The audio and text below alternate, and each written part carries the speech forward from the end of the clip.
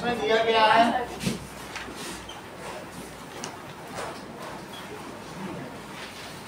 ए B सी।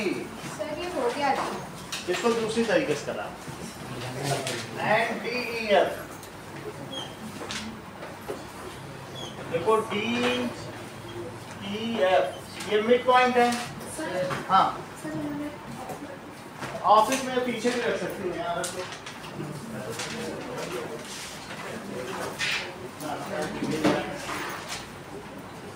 चलो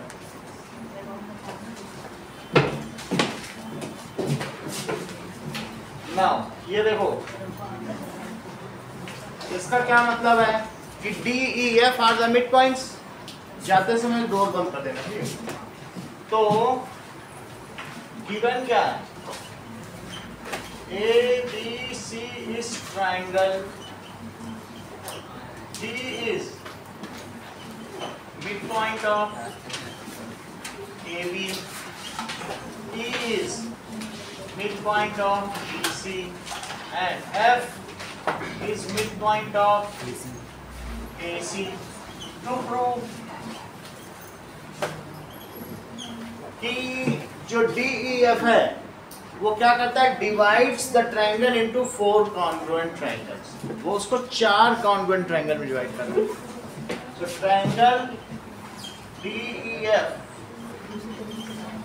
divides triangle ABC into 4 congruent figures। चलो चलो तुम लोग यही रहोगे तो फिर 9th भी पास कर दो। प्रूफ चलो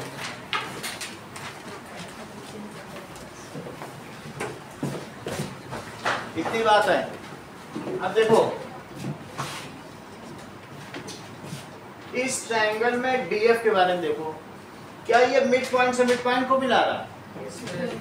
now D is mid point of A B, F is mid point of A C. समझो पता है, डी इसका मिड पॉइंट है और एफ इसका मिड पॉइंट है। और मिड पॉइंट से जो मिड पॉइंट को मिला है तो मिड पॉइंट थ्योरम तो लगाई जा सकती है। तो by MPT, by mid point theorem, by MPT। MPT से क्या हो जाएगा अर्शिता, से क्या हो जाएगा, DF is parallel to DF is parallel to BC। सही है। अगर DF BC के पैरेलल है, अब मैं इसकी बात कर रहा हूँ, इस पूरे की इसकी, तो क्या DF B के भी पैरेलल हो गया, पूरे BC के पैरेलल है। So this implies DF is parallel to B।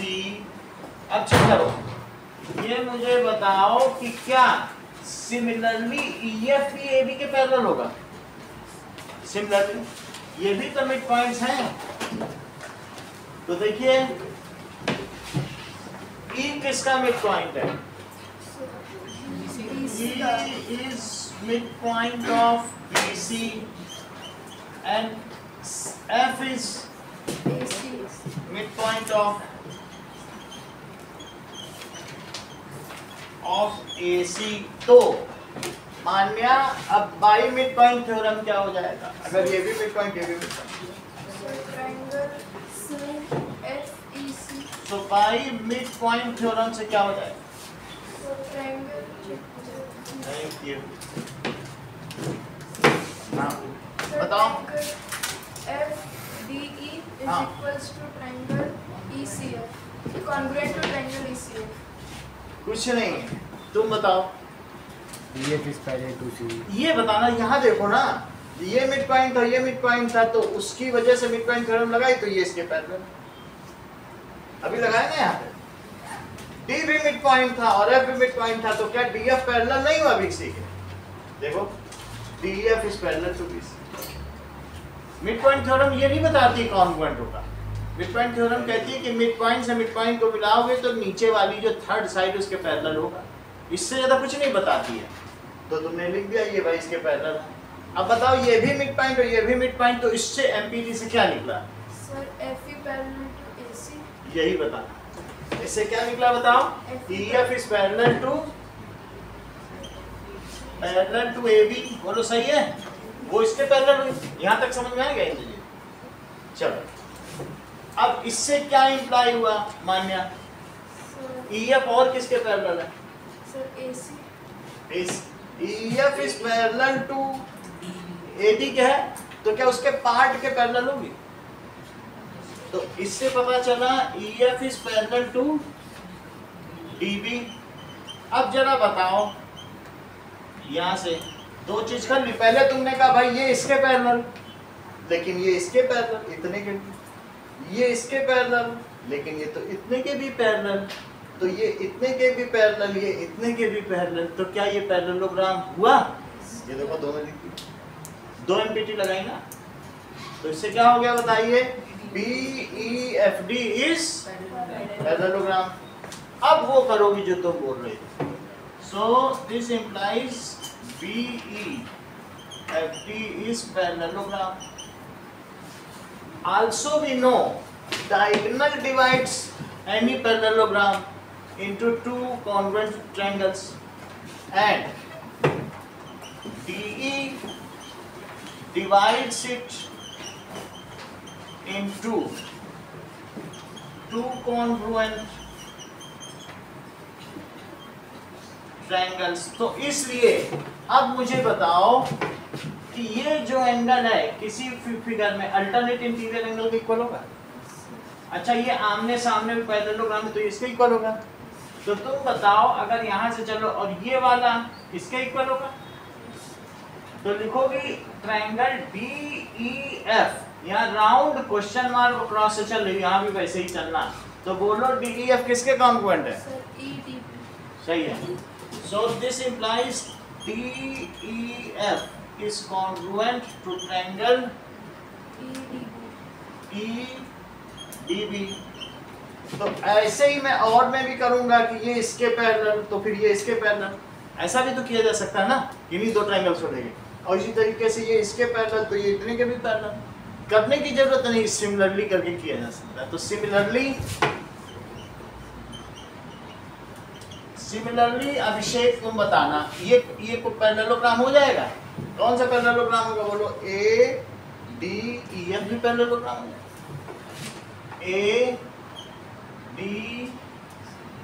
ADEF इस पैरेललोग्राम एंड इसका डायगोनल क्या होगा बोलो? DF is its diagonal.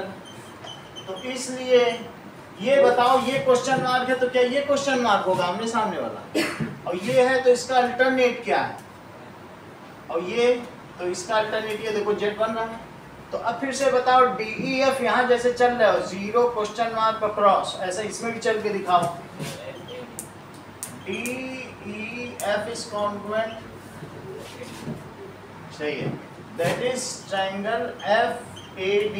अब एक और बात सिमिलरली करो। सिमिलरली आगे का व्योम पूरा बताओ। सिमिलरली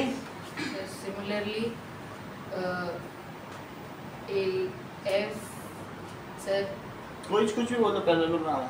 FDEG इज अ सही है। FDEC इज पैरेललोग्राम एंड और इसका डायगोनल क्या है? FE। ठीक है, EF इज इट्स डायगोनल। तो अब मुझे बताओ कि ट्रायंगल DEF इसमें किसके है? विदाउट हिंट के बताओ। Sir DEF is congruent to CFE। तो DE बहुत अच्छा बता दिया तुमने। It is congruent to CFE। इन्होंने कैसे किया हुआ मैं बता रहा हूँ। ये जीरो है तो ये भी जीरो हुआ, ये क्रॉस है तो ये क्रॉस, क्योंकि ऐसे जेड बन रहा है, और ये क्वेश्चन मार्क तो ऐसे भी तो जेड बन रहा है। तो इन्होंने यहाँ से लिया DEF जीरो क्वेश्चन मार्क, तो यहाँ भी जीरो क्वेश्चन मार्क लिया। अब क्या इसमें भी DEF है, इसमें भी DEF है, इसमें भी DEF है, तो DEF इसीलिए हमने लॉक रखा, उसको इधर उधर नहीं किया। तो DEF इसके भी कॉन्ग्रुएंट, इसके भी कॉन्ग्रुएंट, तो इनको चारों को एक साथ लिख दो। So these are 4 congruent figures. ये 4 सर्वांग सम त्रिभुज हुए। That is this implies triangle DEF is congruent to triangle EDB is congruent। अब ये वाला भी लिखो, triangle FAB is congruent to triangle CFE। सही है, इसको नोट करो।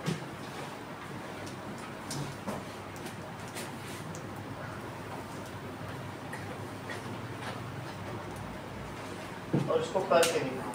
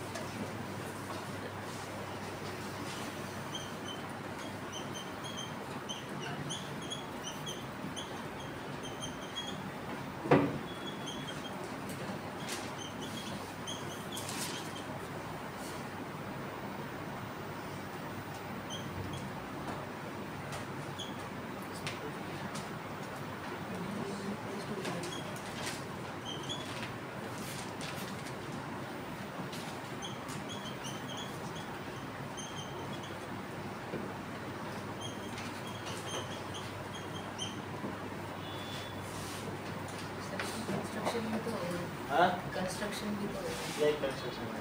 सर क्वेश्चन में दिया कंस्ट्रक्शन, अच्छा ये कंस्ट्रक्शन होगा ना, तो ठीक है, इसका मतलब है फिर हम ये कंस्ट्रक्शन में जाएंगे, इसको डॉटेड करना पड़ेगा। डॉटेड कर रहे हैं।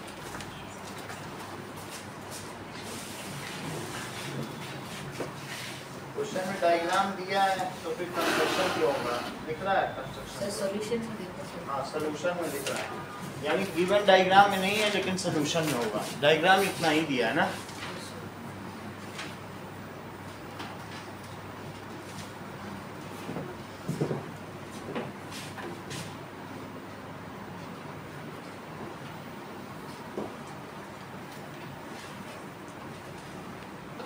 चलो दो बाकी को समझाते हैं। तो हमें क्या चीजें दी गई हैं Aditya? M is parallel to M is parallel to M. These are three parallel lines. This is दिए। और ये दिया गया है कि दो ट्रांसवर्सन है, P और Q इसके क्या है? ट्रांसवर्सन। और ये भी बता रहा है कि AB is equals to BC is equals to BC, ये इंटरसेप्ट्स हैं। जब लाइन के बीच में ट्रांसवर्सन कहीं ना कहीं कट करता है तो उसे इंटरसेप्ट्स कहते हैं। कह रहा है अगर ये इंटरसेप्ट्स है तो मैं कहीं भी लाइन ड्रॉ करूं, ऐसी ऐसी ऐसी ऐसी, एक का इंटरसेप्ट होने से दूसरी कैसी भी, जबकि इसका इससे कोई रिलेशन भी नहीं है, क्या पता इसका क्या एंगल हो। कह रहे हैं एक इंटरसेप्ट तो सारे ही इंटरसेप्ट ऐसा हो कि अगर तुम्हारी जो बुक की रूल बुक की लाइन है ना, इसमें एक सीधी ले लो और एक टेढ़ी मेढ़ी कहीं भी खींचो, अगर उनमें सेम डिस्टेंस है तो कह रहा है ये और ये इक्वल होंगे। उनकी अपनी अपनी लेंथ हो सकती है, ज़्यादा स्लाइड करेंगे तो ज़्यादा लेकिन इक्वल होंगे। एक के इक्वल होने से, जैसे मान लो ऐसी लाइन हो तो ऐसे में इक्वल इंटरसेप्ट नहीं है, तो क्योंकि तुमने पैरेलल लाइंस के बीच में गैपिंग अलग अलग ले ली है तो दूसरे में भी नहीं होंगे। लेकिन आप अगर ऐसी लाइन लो कि ये इक्विडिस्टेंट हो पैरेलल लाइंस, तो इनके इक्वल इंटरसेक्ट होने से चाहे तुम कैसी भी लाइन ले लो इतनी तिरछी, तो भी ये दोनों इक्वल होंगे। ये हमें प्रूव करना। समझ में आ गई बात? चलिए अब इस चीज को हम लोग देखें। तो क्या करेंगे? सबसे पहले ज्वाइन AF को ज्वाइन कर दो and it cuts line MG। Join proof देखो, join AF it cuts BE at G। चलिए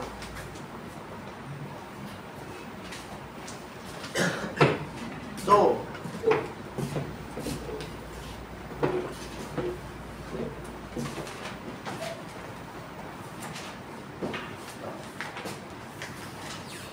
अब जिनका नहीं हुआ है वो थोड़ा रख लें, इस सवाल को समझे, बाद में कर लें। थोड़ा रख लो, बाद में कर लें। देखो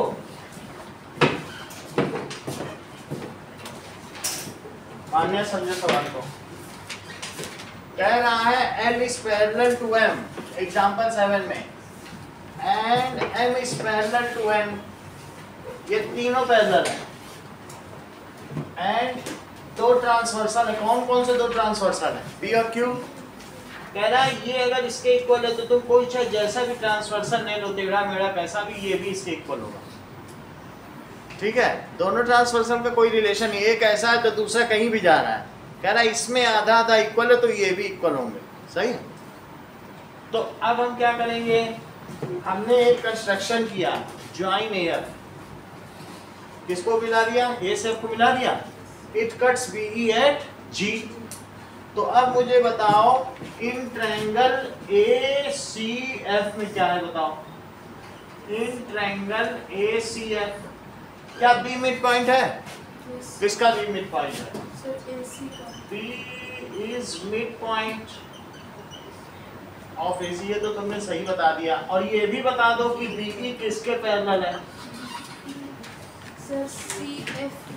CF के पैरेलल है। अगर मिड पॉइंट से चले और पैरेलल चले, B की बात मत करो, BG की, क्योंकि हम ट्रायंगल ACF ही ले रहे हैं, ये वाला ले। तो BG किसके पैरेलल है? CF। मिड पॉइंट से चले और पैरेलल चले, तो थ्योरम मिड पॉइंट के हिसाब से क्या होता है बताओ? मिड पॉइंट से चले और पैरेलल चले तो अगली साइड में ये कहाँ कट करती है? Mid point. Then it bisects the third side. सही है। तो ये कौन सी थ्योरम है? 8.2 है, 8.9 है। इसे क्या कहोगी? Converse of MPT। Mid point से चली और पैरेलल चली। बोलो पलक, समझ में आई? मिड पॉइंट से चली और पैरेलल चली, तो इसको भी आधा आधा कर देंगे क्या? So by converse of mid point theorem,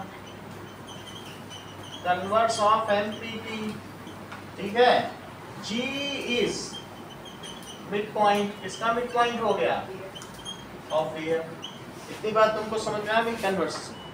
बस फिर से बता दें। चलो, तो इसका मतलब है, ये तो तुम समझ में आ गया कि मैंने ये ड्रॉ कर लिया।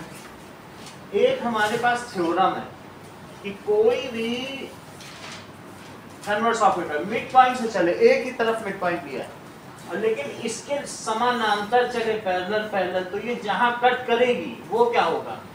वो भी मिड पॉइंट होगा। इसको कहते हैं कन्वर्स। दो अलग अलग थ्योरम है। एक तो ये है कि मिड पॉइंट से जो मिड पॉइंट को मिला है उसका इससे क्या रिलेशन है? तो पैरेलल। ये है मिड पॉइंट थ्योरम जो अभी तुमने की। एक और मिड पॉइंट से चले और किसके पैरेलल चले? इसी के पैरेलल चले, तो जहां कट करेगी वो भी क्या होगा? तो यहाँ वही है, मिड पॉइंट से चली, इवन है, देख लो, AB BC are equal intercepts. तो मिड पॉइंट से चली और इसके पैरेलल तो है ही है। कैसे पैरेलल है? देखो L is parallel to M। तो ये इसके पैरेलल क्यों है बोलो? क्योंकि L is parallel to M given है ना। मिड पॉइंट से चलिए पैरेलल चलिए, तो जहां कट करेगी इस ट्रायंगल में वो भी क्या होगा? Mid point. इस चीज को कहते हैं मध्य बिंदु प्रमेय का व्युत्क्रम, उसका उल्टा। सही है, तो जी मिड पॉइंट हो गया। अब इस उल्टे ट्रायंगल पर जरा नजर डालिए। ये कौन सा ट्रायंगल है? AFD इन ट्रायंगल AFD, क्या ये मिड पॉइंट है श्रेया? अभी अभी प्रूव हो गया होगा। मिड पॉइंट से चल रही, और क्या ये लेंथ इसके पैरेलल है? क्योंकि L is parallel to M, वो तो M is parallel to M था, वो क्या था? M is parallel to M। अब जरा देखो तो क्या लिखोगी इन AFD में? क्या लिखोगी? G क्या है? Mid point of AF। अगली लाइन से क्या लिखोगी? अभी बता कीजिए। G मिड पॉइंट है, अब बोलो GE किसके पैरेलल है? GE is parallel to AD, क्योंकि ये गिवन है। L is parallel to M, ये तो गिवन है कि नहीं? तो अगली लाइन क्या होगी? जब मिड पॉइंट हो एक और किसी के पैरेलल हो, मिड पॉइंट हो और पैरेलल हो, तो उसमें क्या लगाती हो? कन्वर्स। मिड पॉइंट से चले पैरेलल चले, तो जहां कट करेगी वो भी तो एक मिड पॉइंट होगा। तो वो कौन सी थ्योरम है? थ्योरम भी बता रहे हैं, 8.9 है। तो क्या लिखोगी? By converse of amplitude. जरा बताओ इससे क्या आ जाएगा? मिड पॉइंट से चलिए, देखो इस वाले ट्रायंगल में, देखो इस वाले में मिड पॉइंट से चली ना, और उसके पैरेलल चली, तो जहां कट करेगी होगा कि नहीं? तो क्या मिड पॉइंट हुआ? E। So E is mid, है ना? उल्टा ट्रायंगल देखो ना मानसी, मिड पॉइंट से चली और पैरेलल चली, यहाँ से पैरेलल चली, तो जहां चली जहां कट की, तो क्या ये मिड पॉइंट नहीं होगा इसका? तो E is mid point. E किसका मिड पॉइंट है? Of DF। इससे क्या पता चलता है कि DE is equal to EF। यही तो प्रूव करना था, है ना? This implies DE is equal to EF। अब एक बार हर्षिता बताओ, हमने इस सवाल में क्या किया? एक्सप्लेन करो। ये राइट हैंड पर है, पैरेलल लाइन है। हाँ, और हमें प्रूव करना था कि DE इज इक्वल्स टू थीटा। तो कैसे किया? तो हमने कन्वर्स ऑफ एम्प्लीट्यूड कैसे किया बताओ? जो ट्रायंगल ACF है और ABF है, पहले ACF की बात करो। ट्रायंगल ACF में BG और CF को पैरेलल कर दिया। BG और CF को पैरेलल कर दिया। BG और CF पैरेलल हैं, आपने सिर्फ शो किया। यस सर, तो BG is mid point of AF। अभी G की बात नहीं, पहले ये बताना कि G मिड पॉइंट है, ये इसके पैरेलल है। जब इतना बोलोगी then you have a right, तब तुम अधिकारी हो कि कन्वर्स लगा सको। तो क्या बोलोगी? BG is parallel to C and B is midpoint of BC. so G is midpoint of AF. ये लिखोगी बाय कन्वर्स ऑफ एम्प्लीट्यूड, इतना लिखने के बाद अब क्या किया? सर इसके बाद ट्रायंगल ADF में हाँ, GE is parallel to AD हाँ, and E is E की बात मत करो, G की बात करो। प्रूव किया उसकी बात करो। G is midpoint of AF. हाँ, So E is so by converse of by converse of amplitude E is midpoint of EF. So DP is किसी और को पूछना है कि समझ में आ गया? हाँ, आपको समझ में आया? समझो इस बात को कि ये सवाल देखो, ये है, ये है, ये है, और एक ये लाइन है और एक ये लाइन है। अब हमने इसको मिला दिया, यहाँ से लाइन चली, कौन सी चली बोलो? B। और किसके पैरेलल चली? क्या ये CF के पैरेलल है? ऐसा कहीं गिवन है कि नहीं? तो हाँ गिवन है। तो इसका मतलब है मिड पॉइंट से चले और पैरेलल चले, तो G पे पहुंची, तो G के बारे में तुम क्या रिजल्ट निकालोगी? वो तो है ही है। ये दोनों होने से ही तो कन्वर्स लगा सकती हो। मिड पॉइंट से चले, इस ट्रायंगल की बात करो, मिड पॉइंट से चले और पैरेलल चले, तो दूसरी साइड को जहां कट करेगी, क्या वो पॉइंट मिड पॉइंट होगा? बी मिड पॉइंट से चली, देखो चली, पैरेलल पैरेलल चली, जी पे कट करी, तो क्या कंक्लूड करोगी? Sir G is midpoint of AF. तो वही हमने किया। इतना तक समझ आ गया कि यहाँ पहुंच गई, चलो मिड पॉइंट मध्य बिंदु से चल रही, समानांतर चल रही, तो जहाँ कट करेगी एक साइड को पैरेलल हो गया। अब ये ट्रायंगल भूल जाओ, उल्टे ट्रायंगल पे आ जाओ, उल्टे पे आओ, मिड पॉइंट से फिर चली, लेकिन क्या अभी फिर आगे भी पैरेलल पैरेलल चली? अब किसके पैरेलल पैरेलल चली? CF के, यहाँ से देखो G से चली पैरेलल, तो AD के पैरेलल पैरेलल चली, तो अब मिड पॉइंट से चले और पैरेलल चले, तो अब इस ट्रायंगल की जो इस साइड को ये यहाँ पे कट कर रही है, तो इसमें क्या रिलेशन है? E is midpoint of DF. अब समझ में आया? क्योंकि अब वो उल्टे ट्रायंगल में ले लिया ना। देखो G से तुमने बात की ना, G से चली और किसके पैरेलल चली बताओ?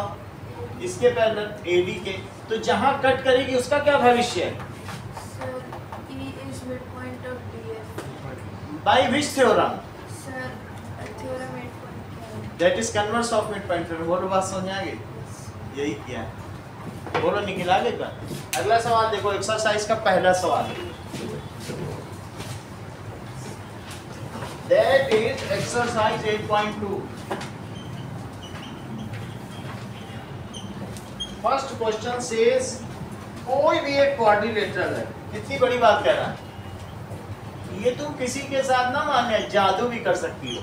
कह दो क्वाड्रिलेटरल लो और उनसे कह दो कि मिड पॉइंट लो, कोई भी क्वाड्रिलेटरल, उससे कह देना, इससे स्नेहा से कह देना कि क्वाड्रिलेटरल लो, मिड पॉइंट लो, उनको मिलाओ, और फिर जिसने कहा मिला दिया, बोल देना जाओ वो पहले लो।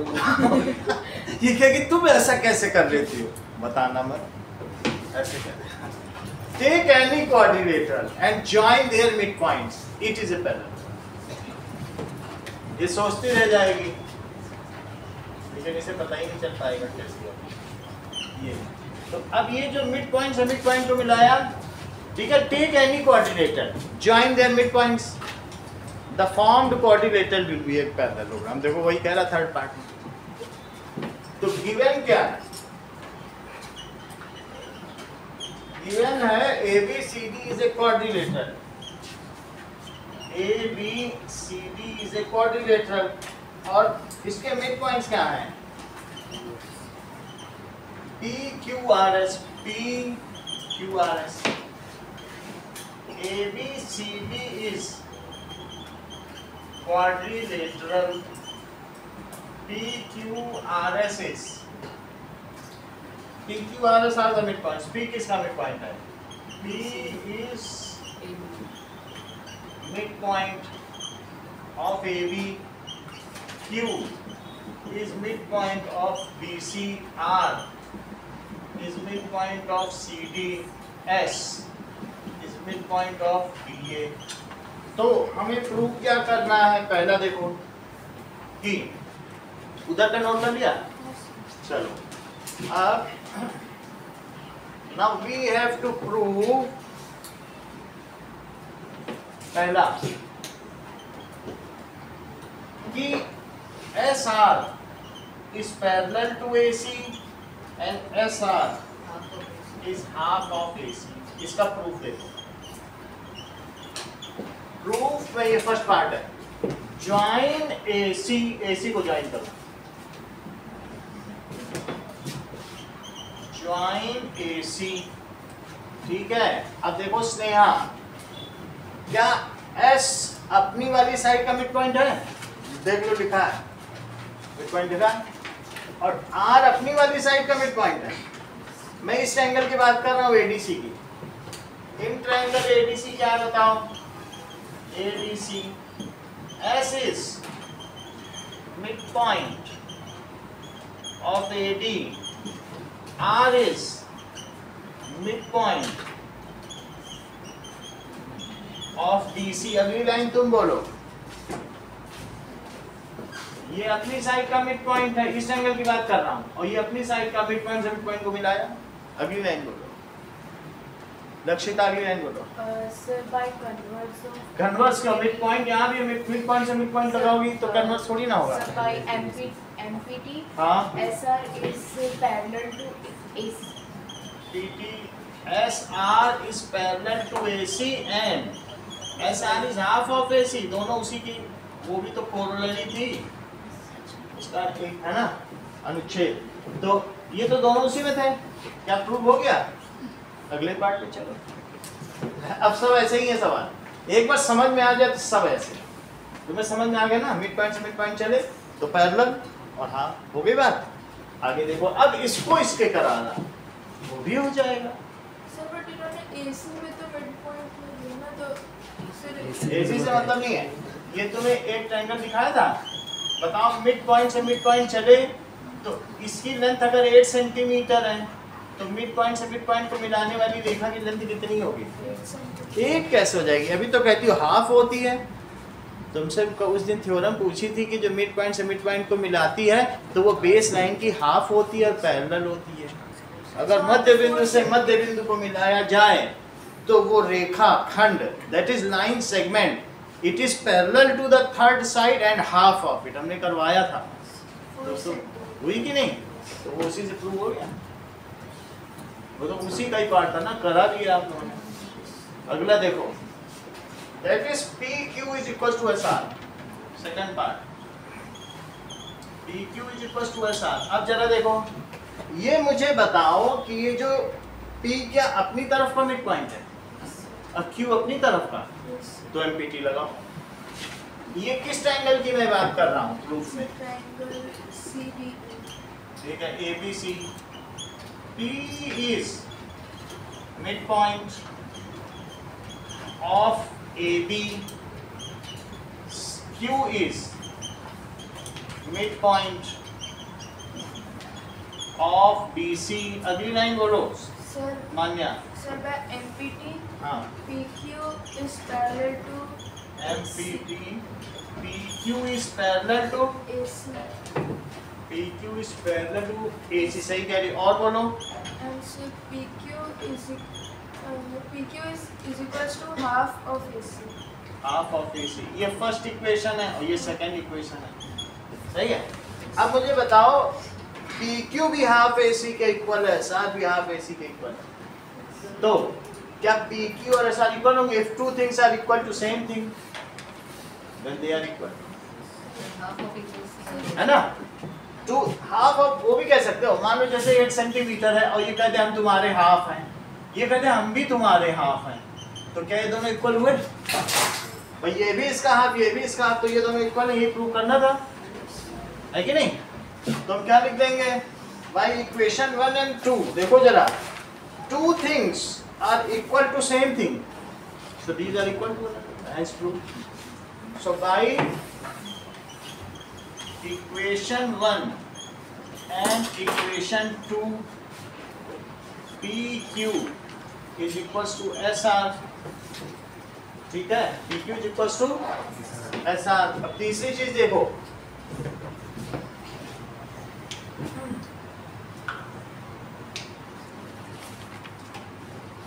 आदित्य थर्ड पार्ट देखिए, प्रूव करना है PQRS इज पैरेललोग्राम, ये प्रूव कराइए।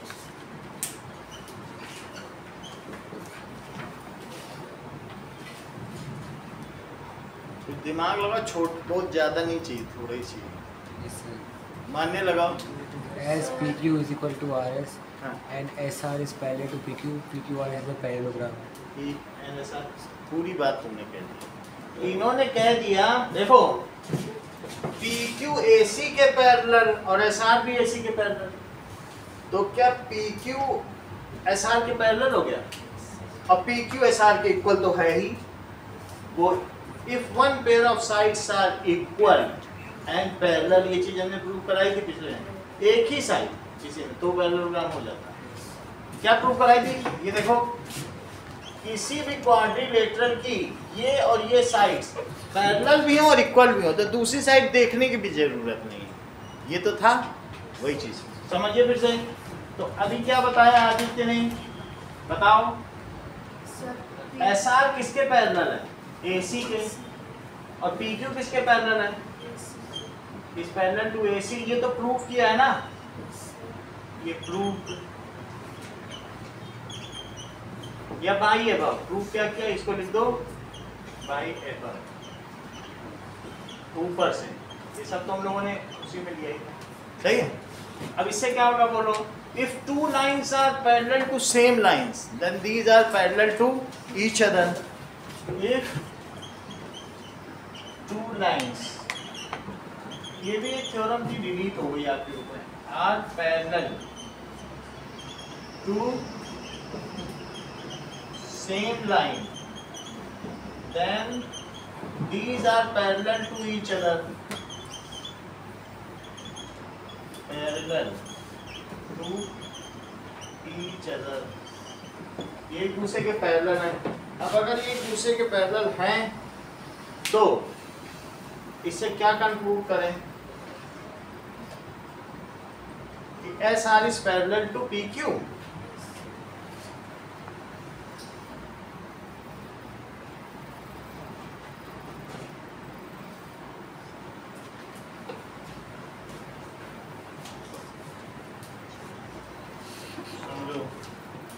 नाउ इससे क्या हुआ, SR is parallel to PQ, also SR is equal to PQ by 2, part 2, also SR is equal to sir इसको हमने directly PQ is parallel to SR भी तो लिख सकते हैं। लाइन्स एंड एंगल्स वाले में तो पहले से ये वाला थ्योरम दिया हुआ है। बोलो क्या कह रही हो सर अगर ये पहले से हम लोग को थ्योरम पढ़ाया गया है तो फिर इसको वापस लिखना होगा। ये वाली ये वाली पहले से हो रखी है। हाँ तो वो लाइन्स एंड एंगल्स तो हमने तो उसी चीज को एक तरीके से रिमाइंडर के तौर पर दिखा दी कि ये लाइन्स एंड एंगल्स में चल रही थी, तो कि दो लाइन अगर तीसरी लाइन के पैरेलल हो तो वे आपस में पैरेलल होती है, उसी का रिमाइंडर ही लिखाया है। अदरवाइज ये तो आपको पता है ना, लिखना होगा। लिखना नहीं होगा, ऐसे ही ज़्यादा प्रिसाइज करने के लिए हमने लिखा है। अगर आपको करना है तो ऐसे भी लिख सकते, ठीक है। अब देखो ओके सर। तो आल्सो PQ, ये तो प्रूव्ड इन पार्ट 2। आप ये समझो कि ये लाइन बोली इससे भाई MPT से हम तुम्हारे पैरेलल, ये लाइन इससे बोली MPT से हम भी तुम्हारे पैरेलल, तो जब ये दोनों इसके पैरेलल तो आपस में पैरेलल। ये इससे बोली मैं MPT से तुम्हारी हाफ हुई, ये बोली MPT से मैं भी तुम्हारी हाफ हुई, तो ये दोनों इक्वल भी हो गई, पैरेलल भी हो गई, तो पैरेललोग्राम हो गया। If one pair of opposite sides are equal and parallel, then such a quadrilateral is a parallelogram. So now, as one pair of opposite sides are equal and parallel, ये दोनों ही question बहुत बार आए हैं, लगभग मैंने देखा है एक क्वेश्चन इन दोनों में जरूर आया है। Then PQRS is parallelogram। तो ये तो मैंने दे दिया, इसके तीनों पार्ट में दे दूं, ये तो बुक का ही क्वेश्चन है। सेकंड क्वेश्चन भी मैं लिख दूं। अब देखो इसका सेकंड पार्ट है PQ is equal to SR, और थर्ड पार्ट क्या है, PQRS is parallelogram। और एग्जाम्पल 7 क्या है, एग्जाम्पल 7 कह रहा है कि these are equidistant line, parallel lines। This is P, this is Q, L, M, N, A, B, C, D, E, F, इतना ही दिया है। और क्या दिया है कि given L is parallel to M is parallel to N, P and Q are transversal, and AB is equals to BC to prove DE is equals to EF। अपनी तरफ से करो, भाई थोड़ी मोड़ी डाउट हो, फंस जाना तो हमसे पूछ लेना। चलो 2 सवाल करते हैं।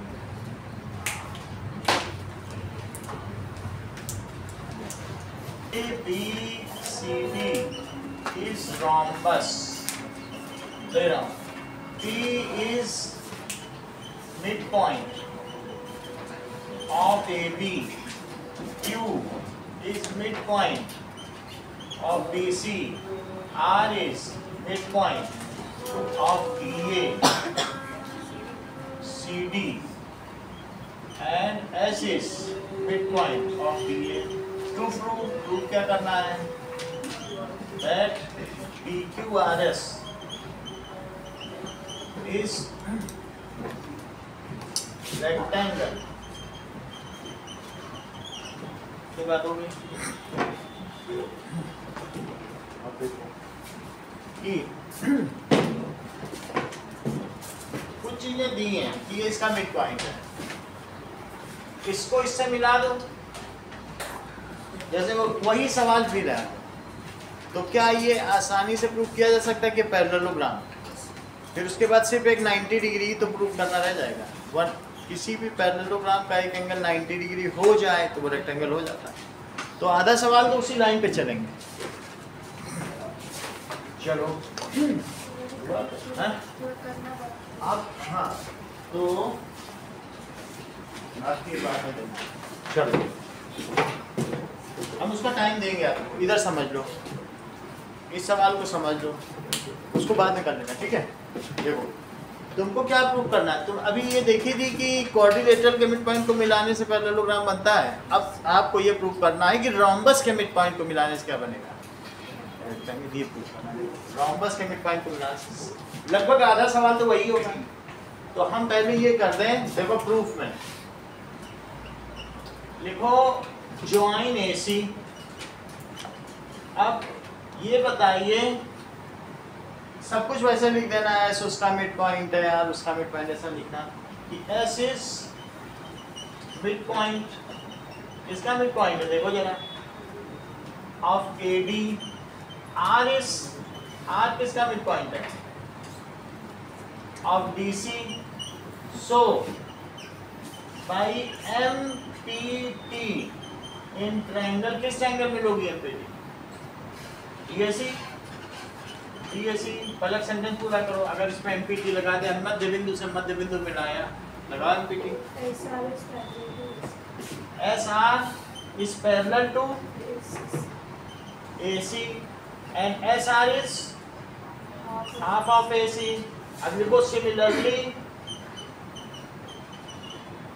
PQ is parallel to AC and PQ is half of AC. इससे क्या इम्प्लाई हुआ? जब दो चीज एक के पैरेलल हो, SR is parallel to PQ and SR is equals to PQ. As one pair of opposite sides are equal and parallel, so it is a parallelogram. This implies PQRS is. बोलो इतना तो समझ में आ गया. ये वहीं तक वैसे ही था जैसे चल रहा था. अब हम आगे प्रूव करेंगे कि 890 प्रूव हो जाए तो बात बन जाए. अब जरा देखें कि ये पैरेललोग्राम हो गया, इसको भी मिला दो. इसको मिला दिया, सही है. मैं इस एंगल को 90 प्रूव कर दूंगा. लिखो MNO.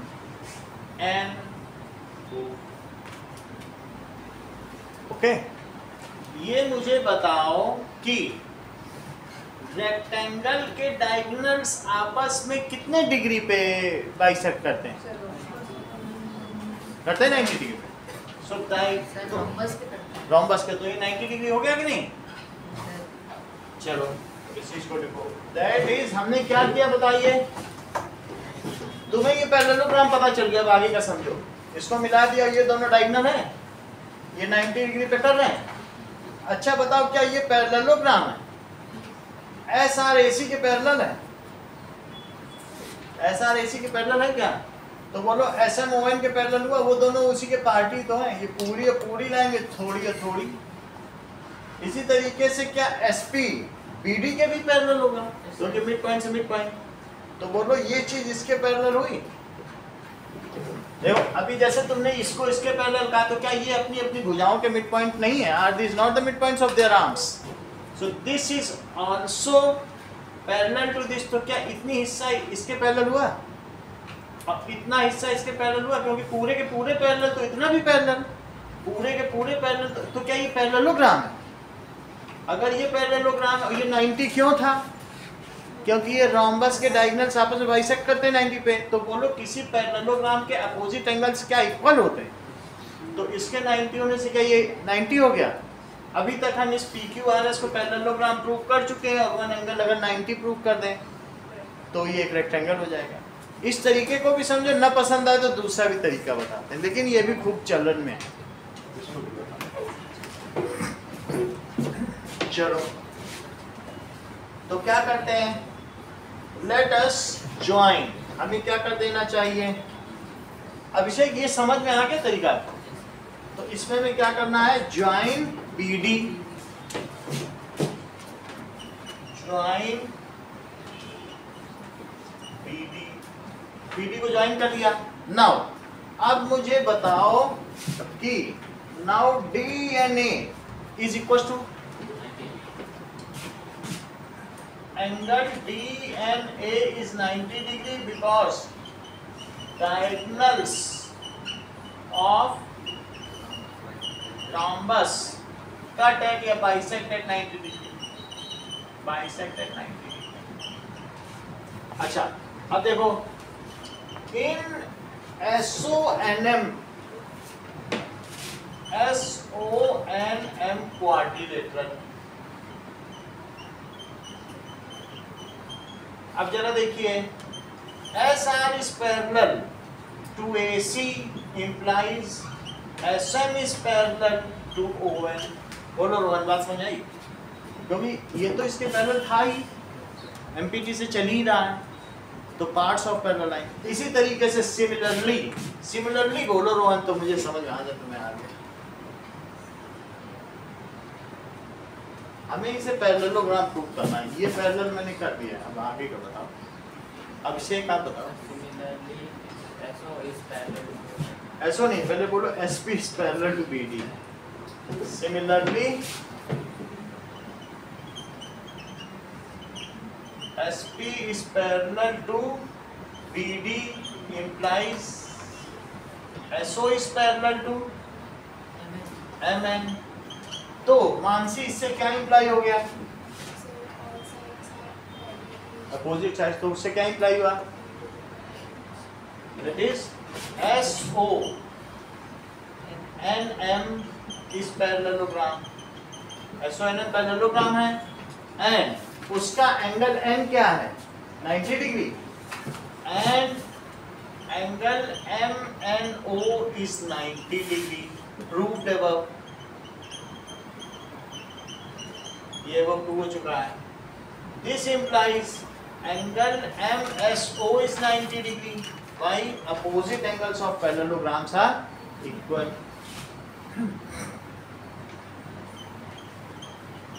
अपोजिट एंगल्स आप ऐसे लिख लें, MSO is equal to MNO is equal to 90, that is opposite angles of parallelogram.